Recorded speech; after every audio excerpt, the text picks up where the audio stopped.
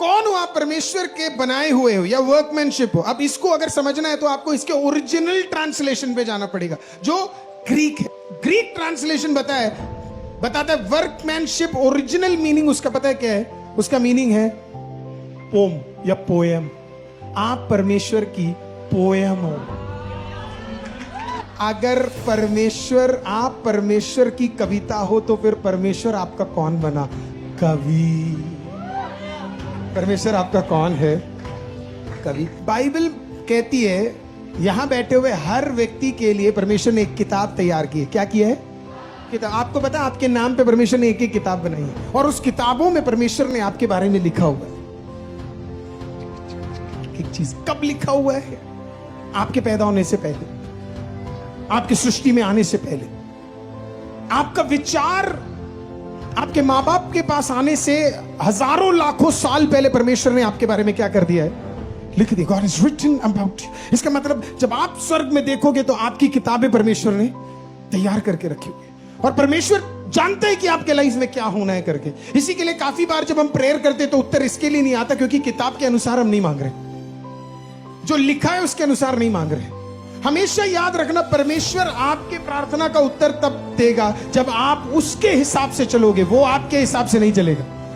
कई लोगों को लगता है प्रार्थना खुदा को बदल देता है। नहीं, प्रार्थना खुदा को नहीं बदलता, आपको बदल देता है खुदा को छुटकारा देने के लिए।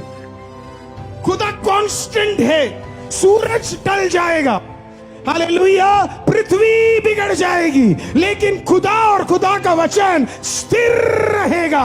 He is constant. किताबों में उसने आपके बारे में लिख दिया है। किताब स्वर्ग में रेडी है। इट इज देयर, वो वहां पे है।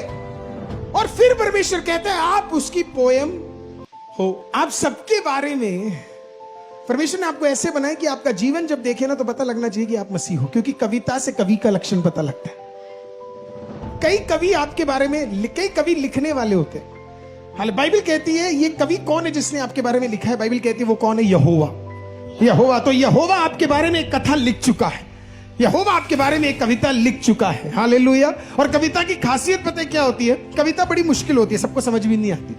उसमें थोड़े उतार और चढ़ाव होते हैं। हालेलुया। एक राइम होता है, कभी वो ऊपर जाता है तो कभी वो नीचे आता है। इसी के लिए परमेश्वर ने बोला संसार में तुम्हें बड़ा क्लेश मिलेगा, लेकिन मैं तुम्हारा क्या हूं? हालेलुया, आमेन, कवि हूं। हालेलुया, आमेन। कविता अगर तू कवि के आंखों से देखना शुरू कर दे तो तेरा अंत हमेशा बढ़िया ही रहेगा। कविता की शुरुआत हमेशा कैसी क्यों ना हो, अंत बढ़िया रहता। हालेलुया। अब बाइबल कहती है प्रभु आपका क्या है? कवि है। वो आपके बारे में कुछ चीजें ऑलरेडी लिख चुका है।